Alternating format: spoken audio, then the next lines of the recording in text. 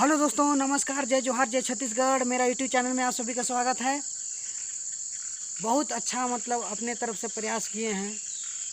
बस आप लोग की आशीर्वाद चाहिए उन लोग को, और सिंगर बनना चाहते हैं उनका आवाज़ आप लोग सुनिए, उन लोग को आशीर्वाद दीजिए, दुआ दीजिए कि जल्द ही अच्छे सिंगर बने। तो चलिए हम लोग का वीडियो देखते हैं। प्रणाम सर, मैं धनुषधारी रामपुर चलगली से, जिला बलरामपुर पड़ता है। और मैं एक ठो नागपुरी सॉन्ग सुनाना चाहता हूँ, तो आइए सुनते हैं। अरे प्यार में जे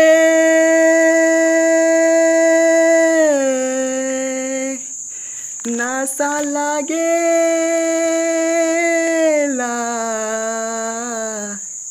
वो दारू मेरे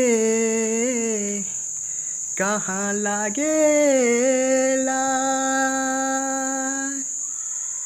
अरे हाड़ी दारू पिया देले सोनिया, चिठा मुनो खिया देले सोनिया।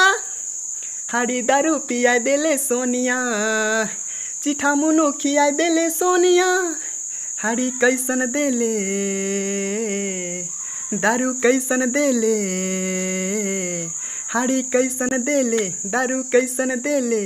नशा नहीं चढ़ेला रे सोनिया, नशा नहीं चढ़ेला रे सोनिया। थोड़ा थोड़ा करके गया हूँ सर, बस ज़्यादा टाइम लगेगा इसलिए थोड़ा कम समय ले रहा हूँ। एक तो भोजपुरी सॉन्ग सुना दे रहा हूँ। ए जान भतरू से करे जमरदा से, ए जान भतरू से बोला जानी झूठ, समान रहे नहीं हो रे के झूठ। ए जान भतरू से बोला जानी झूठ, समान रहे नहीं हो रे के झूठ।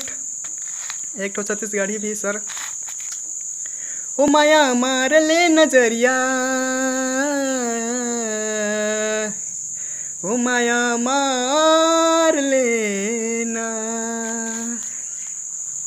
ओ माया मार ले नजरिया, नजर बानी माया मार ले। ओ माया मार ले नजरिया, नजर बानी माया मार ले। ओ माया मार ले नजरिया, नजर बानी माया मार ले। मोला मारे हंस सैया नजरिया, आउ ताई आई जाबे मोर दुअरिया। हो अपन जोड़ी ताई बना ले,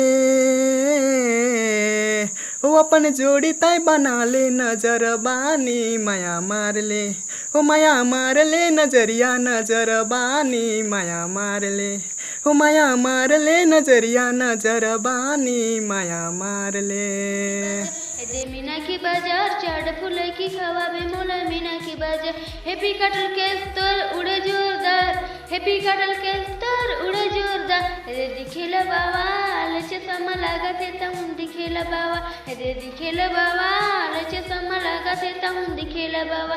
दे मीना की बाजार झुलवा झूला तोला मीना की बाजार, दे मीना की बाजार झुलवा झूला बे मोला मीना की बाजार।